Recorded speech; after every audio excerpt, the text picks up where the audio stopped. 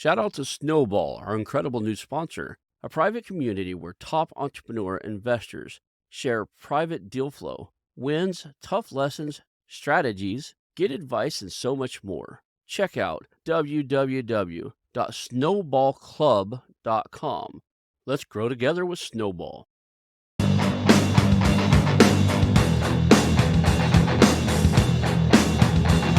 Hello, and welcome to the How to Exit podcast, where we introduce you to a world of small to medium business acquisitions and mergers. We interview business owners, industry leaders, authors, mentors, and other influencers with the sole intent to share with you what it looks like to buy or sell a business. Let's get rolling.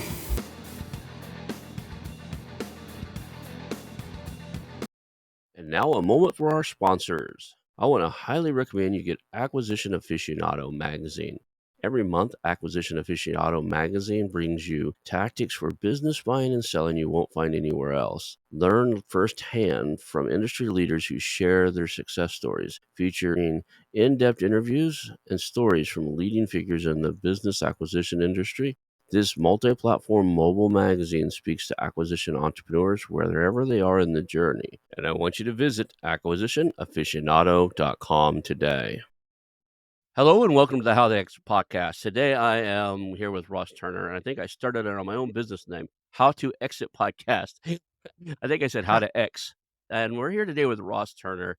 Ross, man, I'm looking forward to this conversation. You've done some incredible things over your career, and especially in the last 12 to 18 months. You've got a really cool project. I heard about it on a seminar. You were doing a seminar or a short Mm. webinar, I guess you call it, on how you did what you did, and we're going to get into that. But I thought, man, I got to get this story out there and let people know that this is possible. Here's a guy doing it.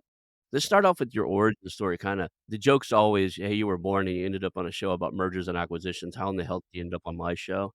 Could you fill Right. out that little gap in between there? Yeah, I could fill out that gap for you. I've had a very eclectic kind of professional career. I've always been in the digital marketing direct response space. I was like one of the original guys. I've been in it since 2003, probably. And me and my brother had a business in the UK, which we ran for up until 2013, end of, which was pretty successful. We were doing multiple seven figures, but there was no we couldn't scale it. There was no scalability to the business for several reasons, the industry that we were in. And in the end, I was just burnt out, Ron. I said, I just gave the business to my brother. He's still running it. And I just sat, I remember this vividly. I sat on my mum's sofa for like 4 weeks. I was like, what am I going to do? And serendipitously, how I've even ended up here, one of my mentors who I learned to write copy from, Andre Chaperon, autoresponder madness, great copywriter, great human being. He sent out an email on behalf of Steve Gray that was essentially looking for an intern. And the email was, "Are you my next Amelia?" And I read it, and I knew Steve by reputation at the time, right? He'd he runs blood pressure solutions at like $80 million a year. I was like, if I can work with Steve, and I knew that he was one of the premier people that drives traffic, right? And the thing about being in this space is if you know how to write copy and offers, and if you know how to drive traffic, you don't ever have to work for anybody again. So my thought process was, if I can work for him for a year, then I can go and just basically write my own ticket and do my own thing.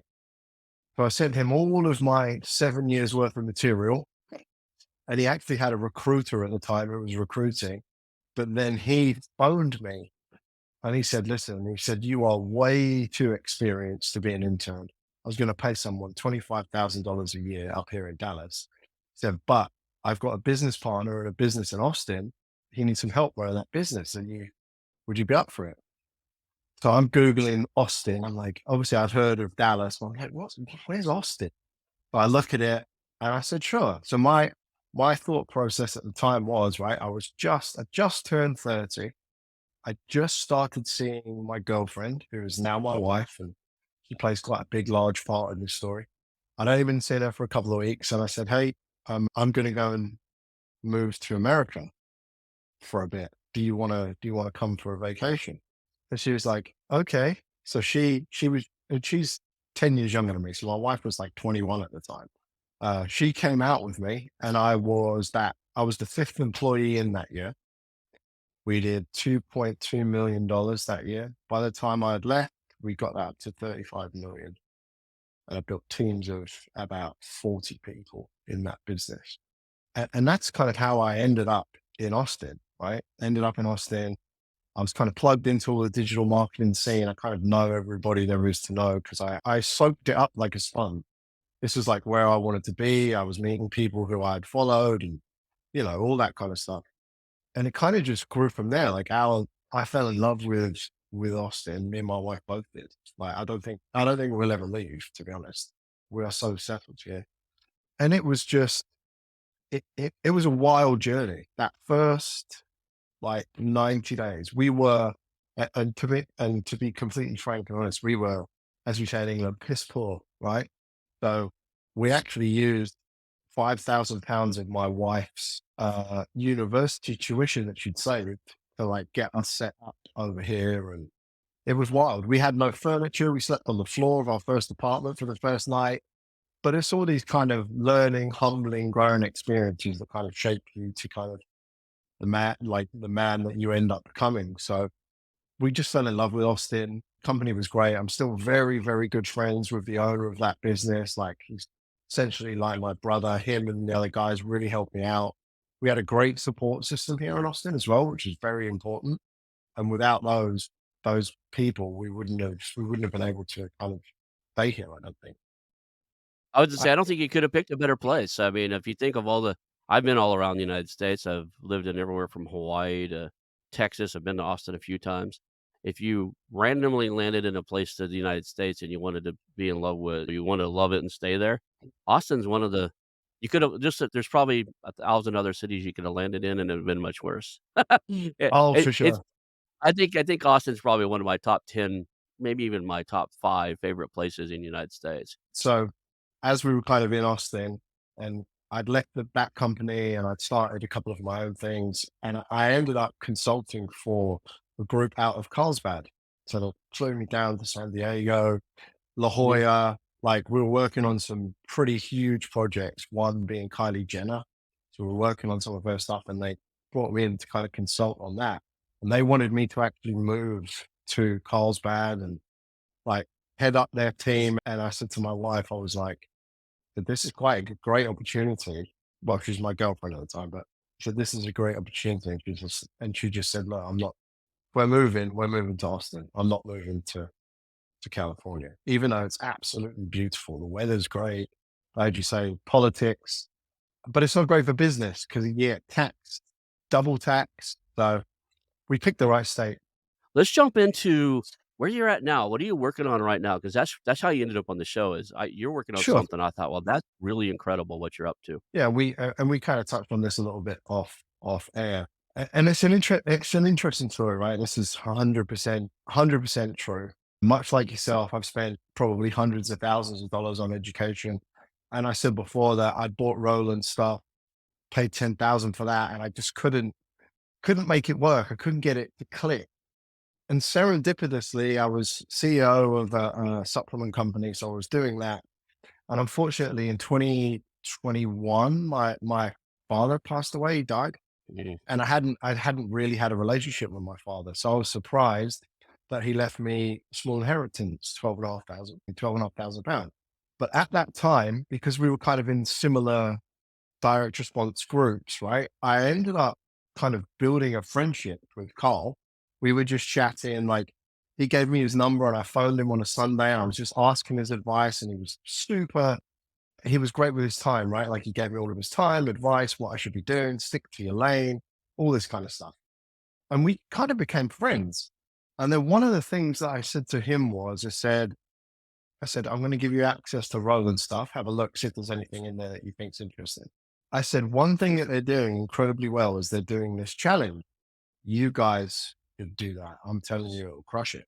So we did do the challenge, and I ended up in a roundabout way helping 7x their business. So as we became more friendly and we were talking further, he was like, "Hey, let me comp you in to Dealmaker, which is now Protege." And I said, no, I said, don't do that. I said, because if you comp me in, I won't even look at it. I'll never use it. There's no value attached. So I sat down and thought about it. And I didn't tell my wife this at the time either, because, I'd spent tens of thousands, hundreds of thousands of dollars. And I took the $7,000, which it was back then, out of the inheritance I got from my late father. And kind of the rest is history. So I came into Mhm. it. It was structured in a way that resonated with me. It was easy to progress because they gamify it. One of the good things is they put people in teams and they Mhm. track all of your stuff to make sure that you're actually doing the work, right? The hardest part, I think, about all of this is just making a start. Right? When you making the start, I think people fear kills more people than anything else, right? Mhm. The fear of failure, the fear of starting, the fear of what if, it literally takes people's lives, right? They're too scared to make a start. So back then, at that time in the business, everybody was having like a welcome call with Carl. He had like a one-on-one welcome call with you, and he was super patient and like he bugged me. I didn't really do anything for about 6 months. And he was patient, but he kept trying to bug me to get me on the phone. And I was like, all right, let's have this call. And it'd been about a 6 month time period. And then I turned around to him and I just said, yeah, I think I'm going to start buying digital direct response e-commerce companies. I think Carl's funny. And he was like, thank God for that. He said, the pennies finally dropped. He said, I've been waiting for you to come to this conclusion for ages. Then he turned around to me and said, let's partner. He said, I'll partner with you. So I was like, whoa. So I said, all right, let me think about it. So we partnered. And then he phones me on a Sunday. He's like, hey, what are you up to? Can you jump on a Zoom for 10 minutes? So I jumped on the Zoom and he built out this model, this huge model. He's walking me through it. And he said, this is how we create $1 billion enterprise valuation. And things have changed. Obviously, it's pivoted slightly. It's actually, and I hate to say this because I don't want to sound like a douchebag, but with the model that we've now built, it's actually nearly a $2 billion enterprise value corporation. But he walked me through it, and it was up to 16 deals over 6 years. And as I was looking at it, like I know from running big teams and building big teams, the biggest thing that makes these roll-ups fail is integration and operations, right? You have to have world-class people to do that. The rest is fairly straightforward, but if you don't have that dialed in, it will fail. Just simple as that. So I said to him, I said, listen, let me think about it for a couple of days. I really need to think about it to see if I think we can do this.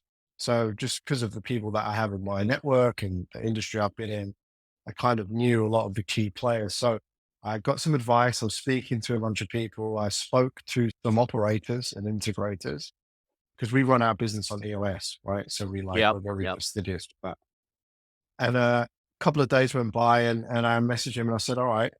I said, yeah, I think this is doable. And listen, I'll be honest, Ron, like when we first started doing this, the ego, it's like, oh, $1 billion company, right? Oh, wow, amazing. It was all about that. That's kind of what turned it. But then Carl turned around and said, all right, we'll go and figure out how we make this work. And you'll know this being a marketer yourself, right?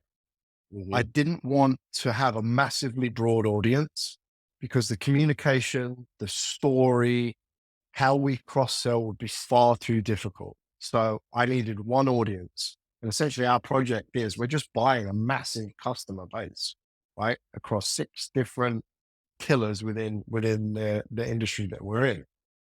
So as we pulled more research, because Carl was like, go and figure out how we make this work. So he left that to me.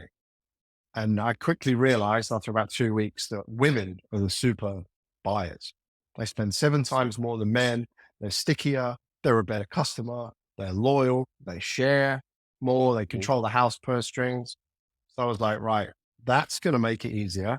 One audience, 25 to 45. Now we were conscious of obviously the economy and kind of everything that's going on. So we needed the project to also be recession proof. So we started pulling all of the information, and then we quickly found that women in the health, wellness, and beauty space, it's been growing year on year, like 90% essentially. And it grew by 45% during COVID. So it's bulletproof, right? But then obviously we've got a bit of a problem. Like as we're kind of building this narrative and I'm building the story, and we'll kind of talk about that in a bit. Like I settled on the tagline: women own businesses for women by women. but there was a bit of a problem. There's me and Carl, who were two middle-aged white guys from England. It doesn't really resonate with the story. So we had to figure out a way to essentially not just make this a story and narrative, but to verify it, make it real. And we kind of worked that as soon as we get to $10 million of EBITDA, we then have enough runway to employ a full woman C-suite. So CEO, CMO, CFO, COO, all women, and they're going to drive that to the $1 billion market cap. And we just become shareholders then. So we put together our first deck, and this is the first time I'd ever even thought about raising money. I don't come from this background. I don't know anybody in the industry. I have zero connections, and I didn't really know the lingo, right? Like, every industry has its own vernacular and how they talk, and I had to learn it. Like, it was learning on the job, right? I was neck deep in it at this point, and I just learned by failing, right? Like, I'm having communication, conversations, I'm being introduced to people, and I'm kind of getting schooled along the way. Like, I'm lucky in the respect that I'm getting an MBA in business from Carl. As part of our kind of S&C filings, he had to disclose every single deal that he's worked on, and he sent us the list. And I was like, holy smokes, like all the deals that he's done. So I get that element from him, and I'm like super grateful. He's becoming quickly one of my best friends. He's a great person. But he just let me get on with it, right? He's like, you'll learn more by failing. I just went at it. And then we created our first deck. And if you see the first version compared to what our version looks like now, you'd laugh. You can tell it was created by two guys. It was all blue and masculine. And this never happened. And you know this. We pitched this again. This all started from, as corny or as cheesy as it sounds, this is how it happened. I literally looked through my phone book on my phone. I was like, who can help me? If I tell them what I'm doing, who can like put me in touch with someone? And a good friend of mine who lives in Dallas, another English guy, Paul, like renowned trader, used to work on the life floor in London. He's done tons of acquisitions. He's raised a bunch of money. So I messaged him and said, hey, like, this is our project. Do you know anyone who might be interested in it? And he put me in touch with a family office in Dallas. And then me and Carl pitched him. I won't say his name because if he watches this, he might text me. But we pitched him 3 different times. And during those pitches, the first one, he was in his car. And I'm like, what? The second time, he's in a coffee shop. And then the third time, his kids run in and he cuts the call. So I'm like, is this some sort of power play? So I phoned up Paul and I said, Paul, is this some power play? Like, I'm not feeling this at all if it is. And he went, no, it's fine. And we had an email 24 hours later. It was a 1 sentence email. I think you guys are onto something. Let's do it. So the deal back then was $10 million of equity because we worked it out. We needed about $50 million of buying power to get us to 10 million and then phase two. So it was 20% of the company for 10 million. They said, I'm in. They showed us their, proof of funds, capital commitments, contracts, boom, signed, done.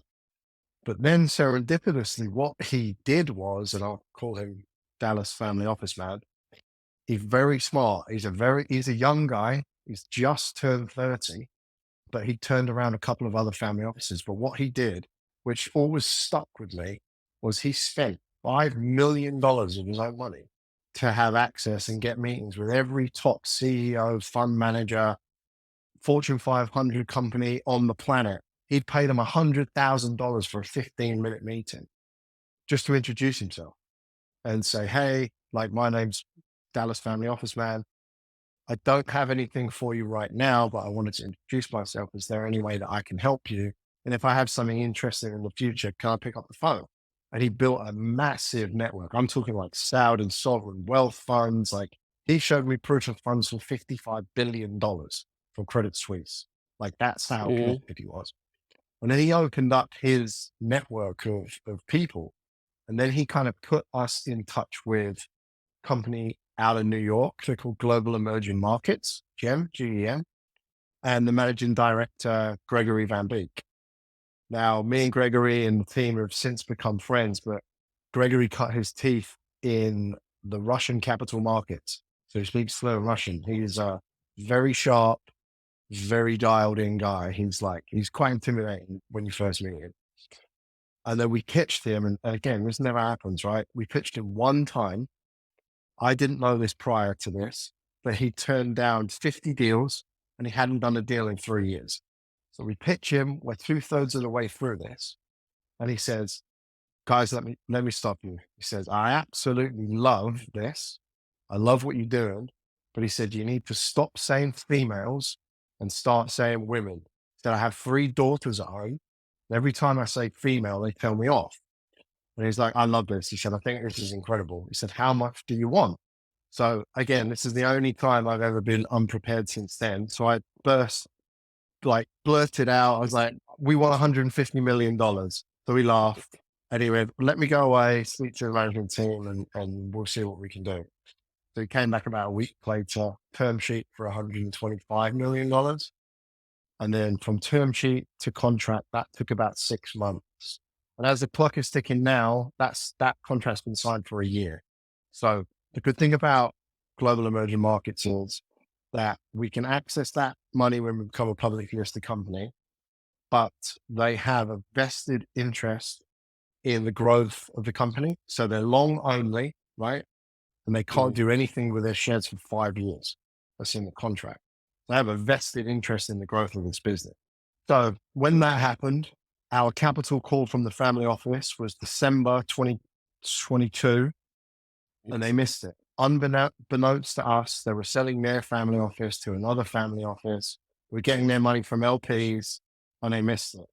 So me and Carl kind of had a decision at that point, and we decided to pull it. We're like, look, they missed their capital call. You're not getting 20% of this business. We've signed a shared subscription facility with Jim.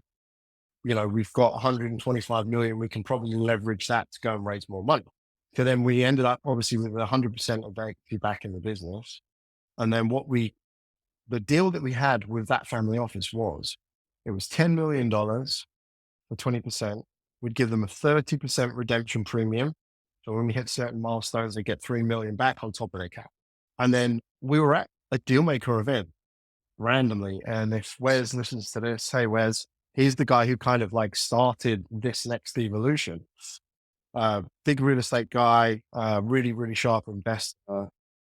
We signed the contract randomly at the event. So people like got to see it. It literally popped in my inbox and I signed it on stage, which is quite cool. And it just happened that way. And then Wes approached me and he's like, hey, are you looking for investors in the business?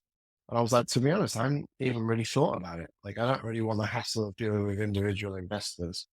And then I went and spoke to Carl and he said, why don't we just give these guys the same deal as the family office got? Like, but shorten it up. So he said, let's portion off 15% of the business. We'll sell it for $100,000 a share in Topco in the equity. We'll give them the redemption premium when we IPO. So you get your money plus your 130 back. Then then you keep your 1% equity all the way to the exit, which at the time when we modeled it out, all things being equal, and we know that things never go to plan, right? But all things being equal, that's worth roughly around $10 million to these people. So obviously they'd seen the contract. And then as we kind of started talking more and more about it, and again, you know this, right? And I stole this from Alex Hormozy. It's like, I wanted to create an offer that people would feel stupid to say no to. So on top of that deal, I then also said, for those of you who come in to the seed round right now, I will roll you into my next 9 future projects equity on my money. And they were like, oh, wait, what? I said, if you come in right now, then I'll roll you into the next 9.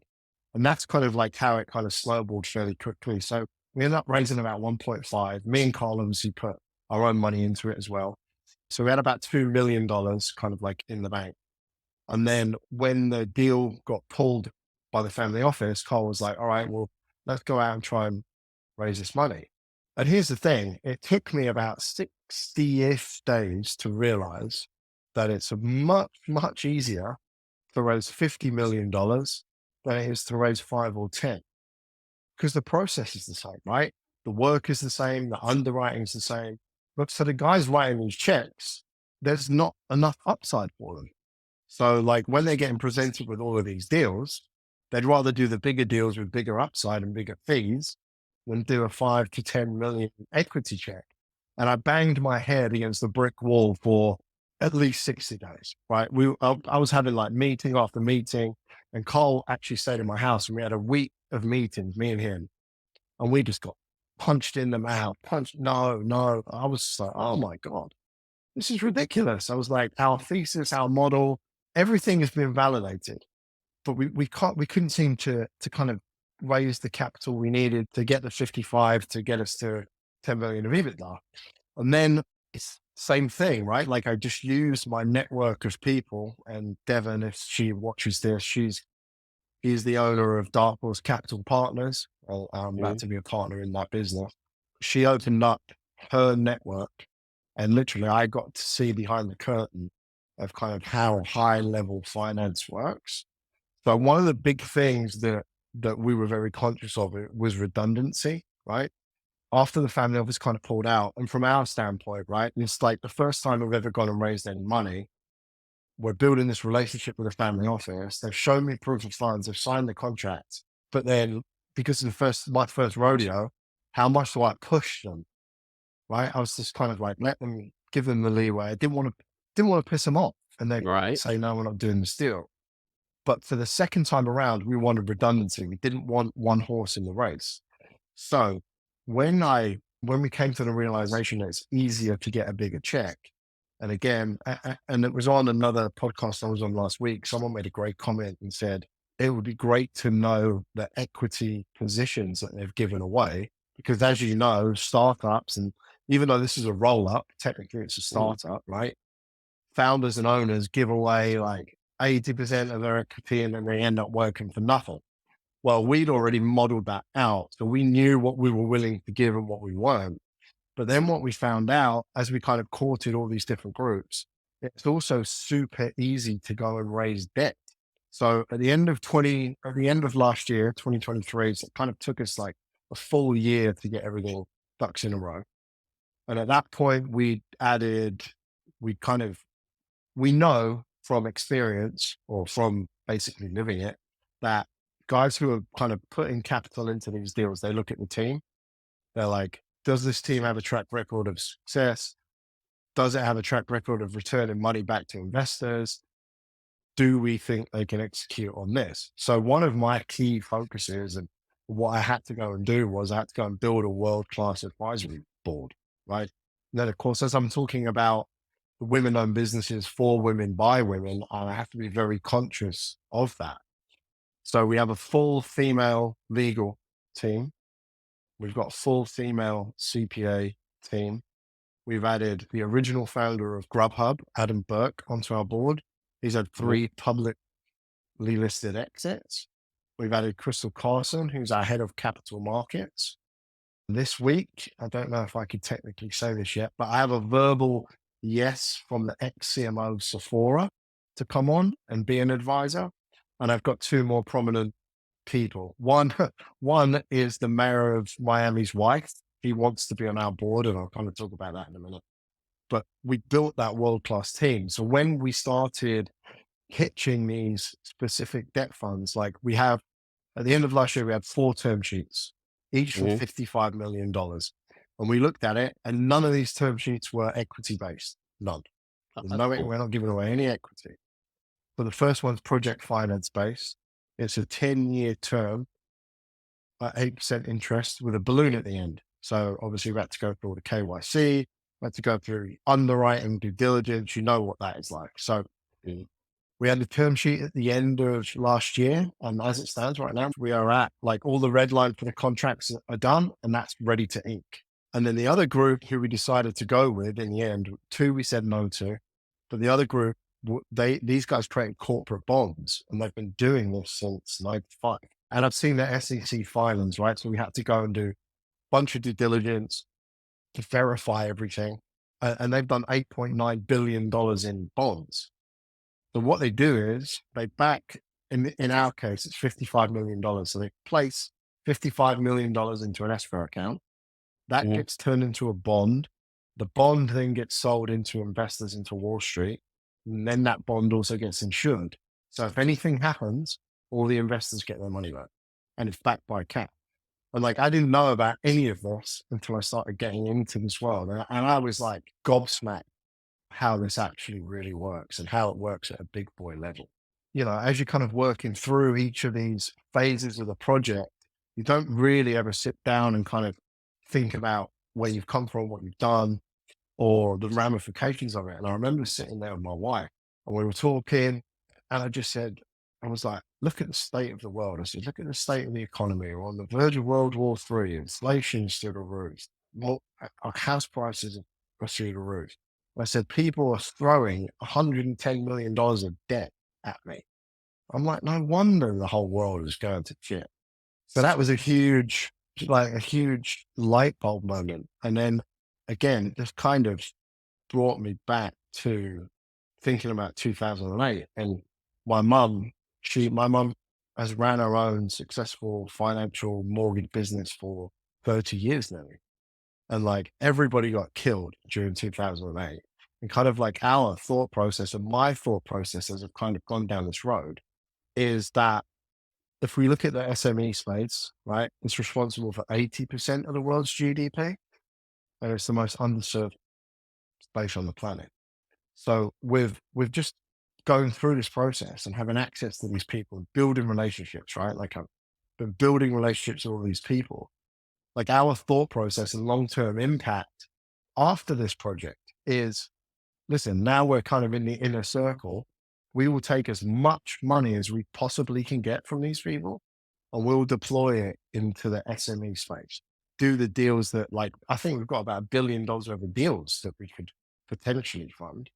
Hey there, Hot Exit family. Today I'm thrilled to talk about Snowball, our incredible new sponsor. This community is more than just an investment hub, it's a place where growth is holistic. A private community where top entrepreneur investors share private deal flow, wins, tough lessons, strategies, get advice, and so much more. Snowball is a network rich with like minded, experienced entrepreneurial minds, including investors, founders, CEOs, and doers all dedicated to meaningful growth. Snowball threads are like a daily masterclass. This isn't just about financial success, it's about enriching your entire life. If you're looking for a community that supports your entire entrepreneurial journey with shared wisdom and collective support, check out www.snowballclub.com. I believe their approach to compounded growth in wealth, health, network, and relationships could be the game changer you've been seeking. Let's grow together with Snowball. So that whole experience has kind of opened my eyes a little bit to what it really takes, first and foremost.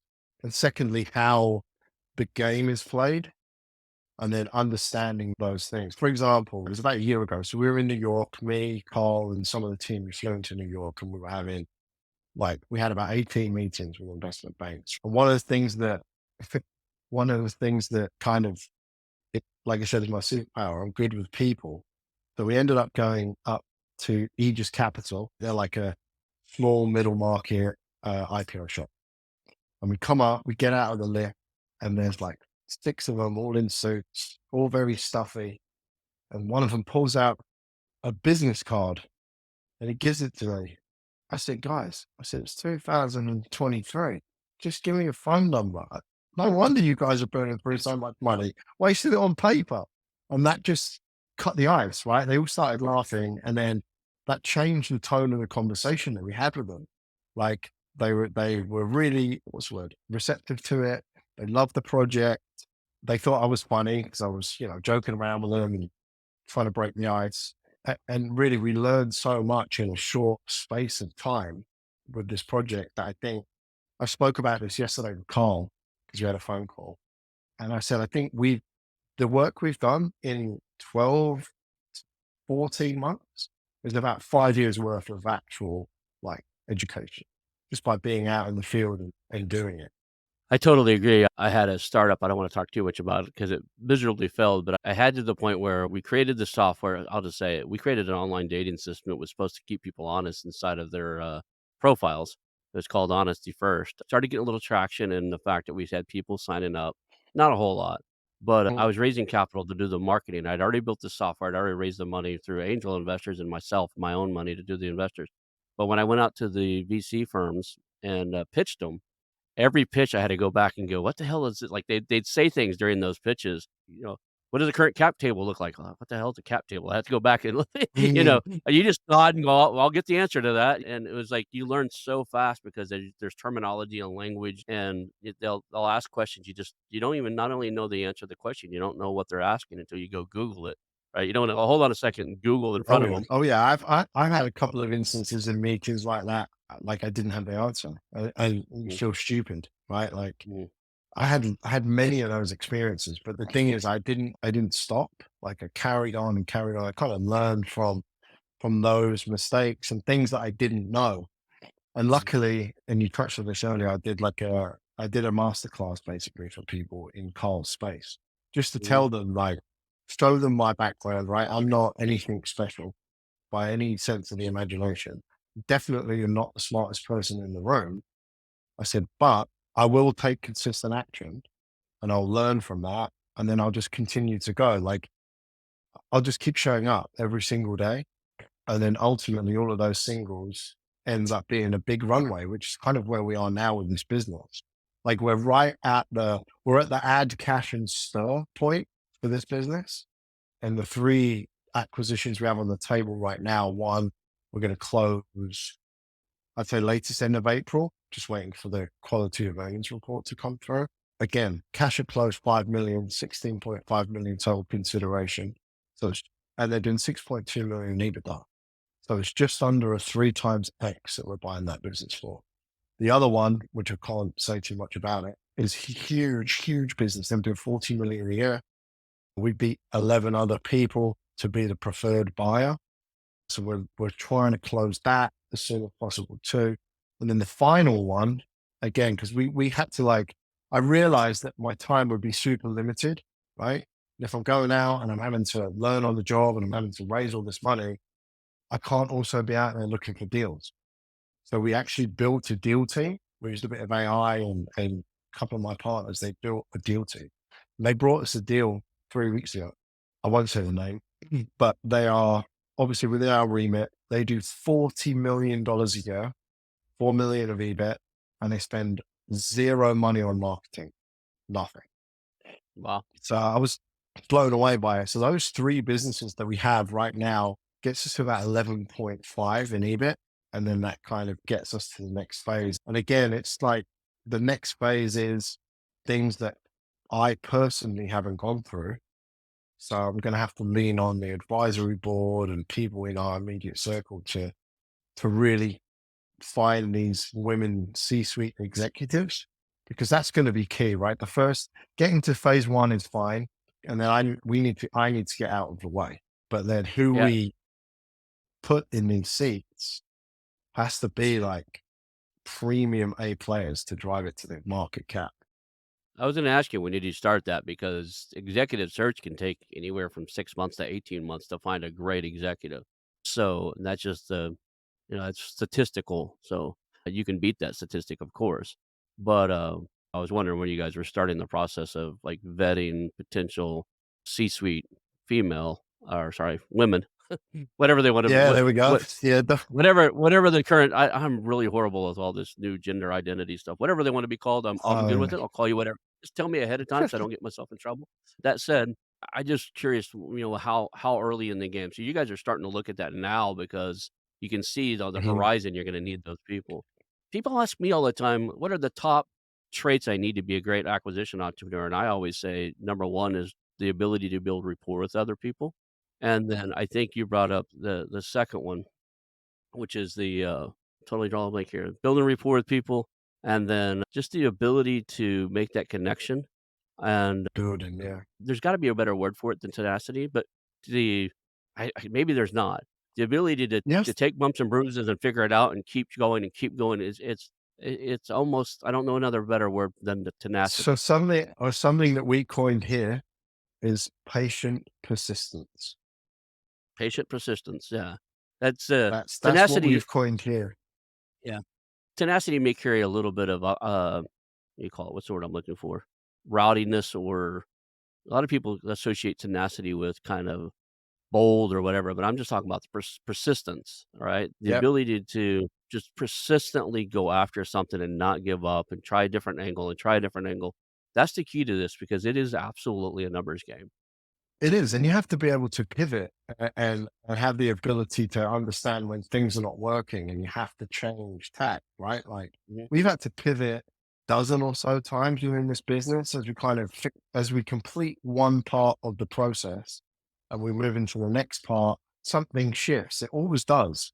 So by being flexible and understanding the longer goal and kind of where we want to be, it allows us to adapt fairly quickly. I mean, there's so many things that I personally don't even know, right? Like if we're talking about, it'd be great to have a publicly listed company, but I've never been through that process before. I don't know what that looks like. I can imagine it's probably one of the most stressful things in the world.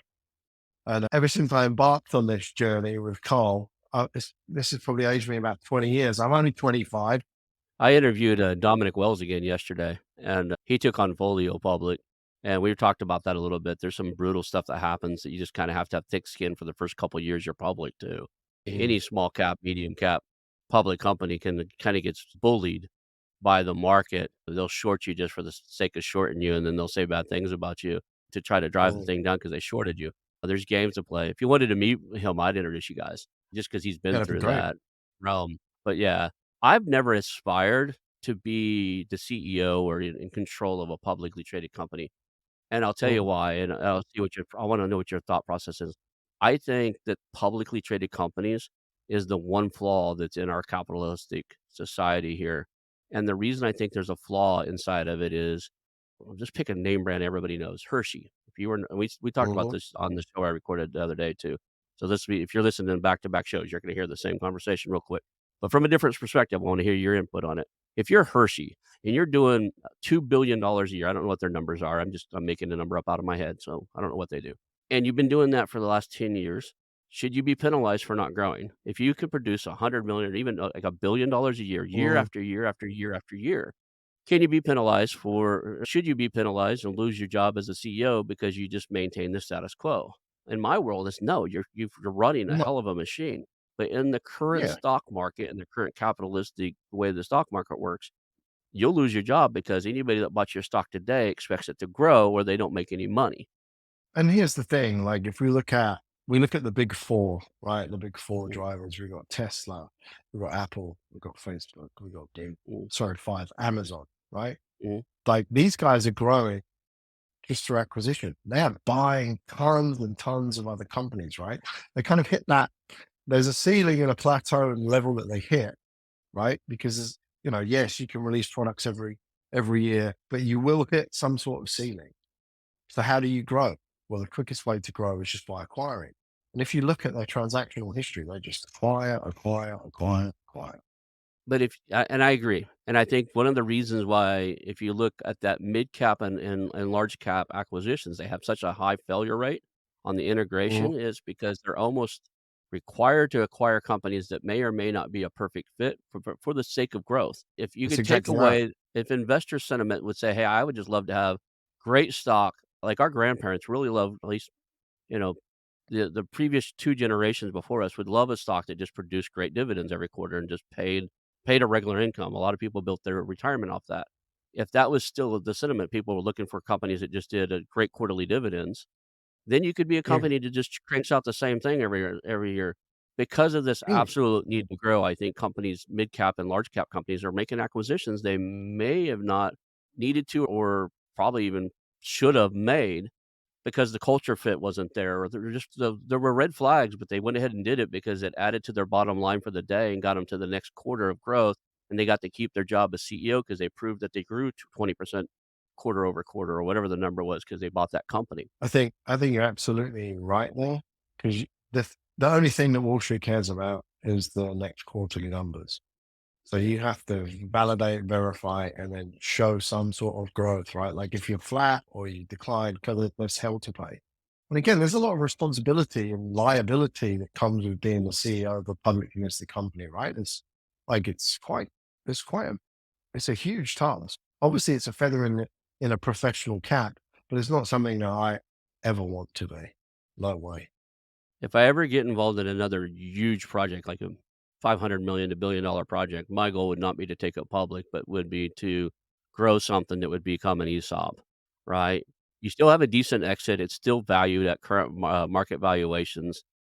And it's sold to the employees and they get to run it. And then you can maintain, and there's so many tax advantages of that. It's insane, right? It Yeah. becomes you know, a tax shelter for a lot of the income that's made because of the way it's structured. That said, you can sell 80% of it and end up owning a 20% equity in a company that's run by its employees from that point forward. And your model of running businesses, EOS, if you pair that with the guys that wrote the book called The Great Game of Business, where they trade people to be great employee owners, the combination is an amazing combination inside of a business. I just took on an advisory role for a roll up where I'm a partner in their company. We're buying cabinet making and kitchen and bathroom remodeling companies. So that's what my time is now. But before that, you might even see in videos I was putting out where I was looking to buy companies who, for some reason or not, couldn't figure out the ESOP model. Maybe they didn't have enough time because they didn't think their employees were quite ready to run it. But I was looking for companies Mm, that in the long run, the owner would like to see the employees own it, but for some reason they need to sell now because I was going to mhm. commit to them that I'll grow it into that. We like that model as well. Like we're big on we're big on consistency, right? So Hmm. like when we come in and we take over a company, we don't want to change anything that they're doing well. Within this project, we've got like a 5 profit pillar mechanism that we have. So we go in, the first thing we do is implement that, make sure all 5 are done. And then we always look for internal talent, right? Nobody knows the business better than the business owner or the executives that are running it. We like consistency. We like to hire up within, promote within, and keep that continuity. And as you say, like we'll give a portion of equity in that business to that person who's going to run it because then they've got skin in the game, right? Like that they're more invested in it. I will give you the kudos or the credit that with what you're building, I think in the current social economic environment and what the culture where the culture is now, taking a women run or woman owned company public would land really well, and I think that the stock market would eat that up. I really do. They So, kind of already have. So yeah. one of the things this year is we're actually going to be on the Going Public TV show. Mhm. So we need to close on the 3 that we have on the table right now, get us to a position where we've got at least half of the board, the half of the executive team identified. But then we're actually going to be on this show. So that's going to just raise the profile of it. And also Miami being like a huge the new tech hub, like they're bringing in Apple, Amazon, they're really trying to drive digital commerce. So Venture Miami love what we're doing because we're putting money into female founders, right? And we're building a female founder C-suite. They're backing us, so we're going to open an office in Miami early next month. And the mayor is having a welcome ceremony for the business. His wife wants to be on our board, so it's interesting times. And I think it's again, it's timing, right? Like it's timing. We've hit our story is a great story. It's hit the political timing element and it's resonating with people. So like if you hit those things, and obviously the numbers look good and the thesis is validated, etc. It always sets me back just a tiny bit because if anything that you couldn't do the counter of, there's something about it. So you couldn't go out and say, "You know what? We're gonna create a white male over 50 ran company." Well, no, there's a million of those already, but if you went out and announced that and said try to raise money and said, our entire suite's gonna be men over the age of 50 that are of Caucasian or whatever, or what the standard is." If you looked at the top 100 companies out there, what their board of directors look like, it's starting to get better now, but over the last 50 Mhm. years, you would see that that's the predominant thing. That would not land very well, right? And No. this whole thing where you can say one thing but not the other has always set me back a little bit. I always there's some really cool clubs out there doing really cool things, but it's all women ran. It's like, man, that's a really cool Mhm. thing. It's too bad, but you can't do the same thing. I remember I was a member for a while of the Rotary clubs, and for most of history, Rotary is all men. Now, when I Mhm. joined, there were women were allowed, but they still carried that stigma. This used to be a men's club, and there was a little bit of hate in the world for Rotarians because that's what it used to be. Change of the times, right? Sign of the Yeah. times, sign of things are changing. I think I read somewhere, or maybe as I was talking to Devin, but female funds were outperforming male funds by like 24%. And as much as, well, it doesn't pay me to say it, but I think to a certain extent, women are better leaders. They're They more are. empathetic. They're prepared to listen more. They're better at conflict resolution. What we're lucky, kind of like within our organization, and I had to learn this very quickly and very harshly several years ago, that it's always best just to shut up and listen and let people express what they want to express. Like we've literally got no egos within this business. Like if somebody comes up with a better idea, great, right? Like we don't tolerate. We have like an energy mandate within our organization, right? People need to be really bought into the project. They need to really love the vision and be rowing in the same direction. Like we've had to remove and fire several people from the project because it, it was just the negativity around it would have a knock on effect. So I think from a women's perspective and a women, and again, obviously I can't speak for women because I'm not one, but from kind of what I've seen, I think they make better business leaders. I think that I'm a big fan of the underdog. So whether it's women, minorities, or whatever, I joke around and say I'm the whitest guy in my family. Everybody in my family is Native American. So I show up to an event, they're like, "Who brought the white guy?" So I'm a card carrying Cherokee, but I look like my mom and you know. So my dad, if you ever see a picture of my dad, he's really dark skinned Native American. That said, I'm a big fan of the underdog. I really am. I'll hands down help anybody who's an underdog, whether it means minority, female run, they have something to prove. If you give me 5 Mm, people and they all have equal resumes and the skill sets are the same, and somebody has something to prove, I want that guy because there's a different mhm. drive for somebody who has something to prove. And as a There is. female or woman in a business, they have something to prove. At least they feel they do most of the time. I don't know that it Mm, should be true, but they do. They feel yeah. that way. So and then there's the drives there, right? And the what's the word I'm looking for? Self-entitlement, the ego that comes along with a lot of the people who Mm, don't have something to prove, like they're owed something, that just mm. sets so wrong with me. So that's one of the reasons I love a good underdog.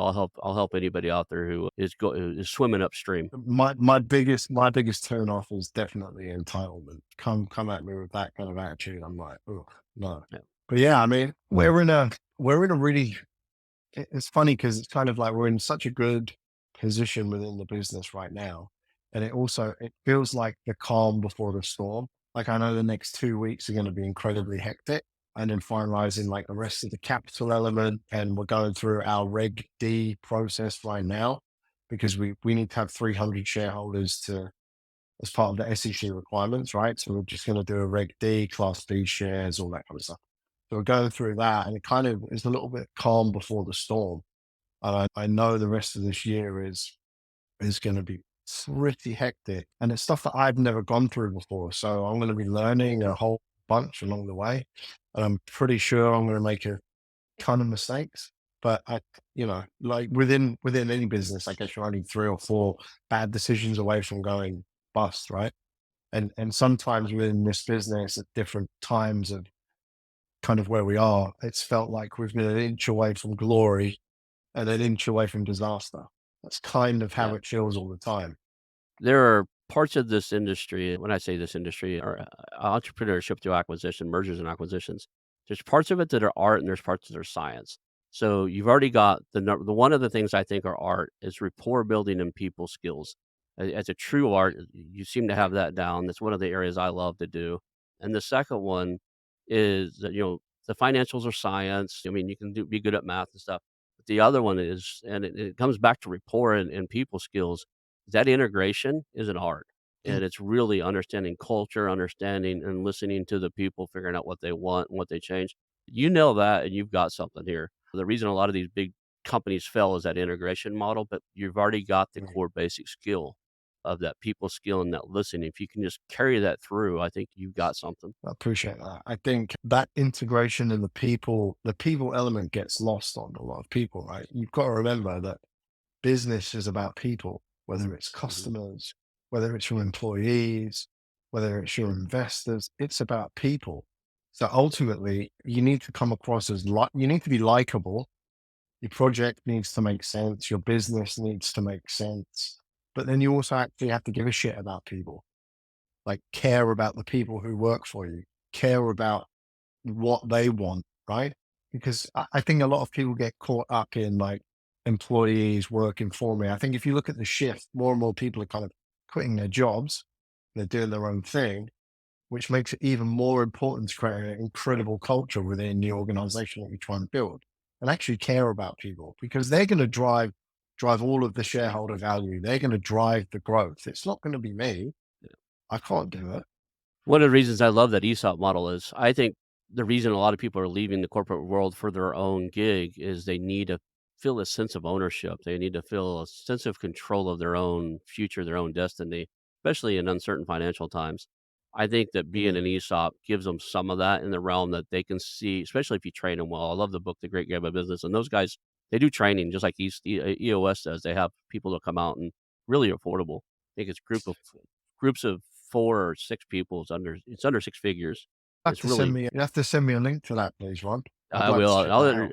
I'll introduce you to the guy that runs their training. It's Steve. I interviewed him on the show here, but I'll introduce you. I'll make an Perfect. introduction Thank on you. LinkedIn. But, it's a great way to people to understand where they're at in the business and how they contribute to the business. It's a fairly popular book that was out. It's been out. They've actually acquired over 60 companies themselves implementing their own model, and they do a lot of turnarounds in low margin companies. You call it, where you take used auto parts and you fix them and make them new again. What's the word I'm looking for? Refurbished. Yeah. Yeah, they refurbish things from turbos or whatever, so these things have profit margins of 1, 2, 3% of over the entire company, so they have to run really efficiently. So the great game of business is they've gamified it. They've taught everybody in the company, all the employees, what their day-to-day tasks do to the bottom line, how to read a balance sheet, how to Mm. read a statement, and what when they come in and they make that widget, what does that do to that balance sheet? What does that do to that financial statement? And everybody gets that, Mm. and, there's a book out they wrote, and then they have a training, system, but, I think that coupled with EOS and that coupled with potentially being an ESOP or a publicly traded company even, is one heck of a catalyst, and you might be able to overcome that need people have to have a sense of control over their own destiny and their own future and wanna leave and Mm. create their own thing. The entrepreneurs are gonna be entrepreneurs. You're never gonna put me in a Of cage and course. have me work long term in a company for more than a couple years, right? I'm gonna break out and do Mhm. my own thing. You're probably the same way. Some people are just naturally entrepreneurial. They have the desire to create. And I will say one thing just kind of before we try to wrap this up. One of the big things in terms of like culture that we have in here is we, especially within our space, right? We don't Mhm. believe in a 5 day work week. It's 4 days, Monday to Thursday, because we want our people to be recharged, enjoy their time away. There's no need to work a 5 day work week in the business that we're in. It's just unnecessary. I got it. Well, we are, past the hour now, so let's just do this. How do people reach out to you if they wanna work with you or wanna hear more about this or, if there's family offices listening or whatever and they wanna get involved, or they wanna follow your story? What's the best way for people to follow along with what you're doing? Really, I'm not really a big social media guy. I've got an Instagram account which has one post on it from my wife. But you can reach out to me on Instagram and it's I am Ross W Mhm. Turner. And also on LinkedIn, the same I am Ross W Turner on LinkedIn. Is anybody on your team gonna, like, carry the story and share the story, as it grows through one of the do you have somebody on the team that's gonna build a social media profile and let people track what's Yeah, being done here? we will. Yeah, it's like so phase two is part of the move to Miami, the female founders pitch, which we're gonna do. We Mhm. have a full social media team and like they're gonna Well, you're document gonna be on a everything. TV show, so they're I gonna know, do I that know, I for you if you know. don't. Yeah, well, yeah, I will be on that. So me and Carl will both be on that. So that's going to be a bit strange because I'm not really a limelight kind of guy, but Yeah. it's good experience. But, no, I Well, do appreciate having you here today. This was brilliantly enlightening, and it was a fun conversation. If somebody could walk away with 2 or 3 takeaways, and that's all they could remember from the show, what would you want them to remember? is one big thing. Learn to be really, really good with people. That will take you much further in life and business than anything else. Skills can be learned, right? There's an art Mhm. and a science and a nuance to be really good with people. And Yeah. I'll just give a quick example before we wrap this up. you can kind of buy your way into these rooms, and I alluded it before. So you can go on mental pass, right, and pay $500 to have a meeting with someone prominent. This is what 90% of the other people do. They get on the call and they go, "How can you help me?" Me, me, me, me, me, me, me, me, me. And they hammer these people. What I do beforehand is I'll go and see what they've been up to. Say, for example, I've set a meeting with you, Ron, and you and your family have been to Hawaii. I'll start the conversation with, "Hey, Ron, I just see that you come back from Hawaii. Me and my wife are going to plan on going there for our wedding anniversary. What was it like? Mhm. What did you do?" So they're already opening up, having that conversation. And then I start the conversation with, like, "What problems are you having right now? And is there anything you need help with that I can help you?" And that just changes the conversation. So instead of it's like, "What can you do for me?" I'm actually interested in that person. And one of the big things that I've done, that we've done, is we never make that first meeting transactional. We never do that. We're like, do we like each other? Because not all money's created equal, right? Like, Mhm. it's just not. So if I wouldn't have you in my house, have a beer with you, go for dinner with you, then I certainly don't want to do business with you. And I certainly do not want your money. No way. So by being good with people and really like understanding that, it will take you so far in life. Yeah, I am 100% on board with that. Rapport is the top thing. I tell acquisition entrepreneurs all the time. Even the team I'm on now is like, look, our first call has nothing to do. We're never going to talk about numbers. We're not going to try to figure out where they're financially. Like, what do you want to sell your business for? That's not the question. The question is, Mhm, what problems you have right now? What are you trying to accomplish? Right? I have a mhm, sense of humor that can ask questions that a lot of other people can't. One of my favorite things to do is like, out of all the people you can be chatting with today on the phone, why would you be on a call with somebody who buys and sells businesses? What is it you're wanting to do? My goal isn't to buy your business and get the best deal I got. My goal is to figure out where you're trying to go and help you get there. And if that happens mhm, to be me buying it, that's great. And if it doesn't, I probably with my network and the people I know, I probably know the right guy. So let's have a conversation of more around what you built, what's cool about it, what's the struggles within it, why you built it, and mhm. then where you're trying to get to. What's your goal here? And if I can help you achieve that goal, that's awesome. That's what I want to do. Yeah, I love that. That's very powerful. I appreciate you. I think we can call that a show. You have any final I words you want think to we say? can. I think we ran over. Appreciate you, Ron. Thanks for having me. Awesome. I want to announce our new channel partners, the ITX Marketplace. Since 1998, ITX has created $5 billion in value by selling more than 225 IT businesses in 20 countries. ITX works exclusively with IT-enabled businesses generating between 5 million and 30 million who are ready to be sold, and M&A decision makers who are ready to buy. For over 25 years, ITX has developed industry knowledge that helps determine whether a seller is a good fit for their buyers before making the match. ITX Mergers and Acquisition Marketplace we have partnered with has a proprietary database of 50,000 plus global buyers seeking IT service firms, managed service providers, Microsoft service providers, software as a service platforms, and channel partners with Microsoft, Oracle, ServiceNow, and the Salesforce space. If you have an IT enabled business you're ready to sell, I want you to visit the itexchangenet.com/marketplace. How to exit. That link will be in the show notes. Visit them now.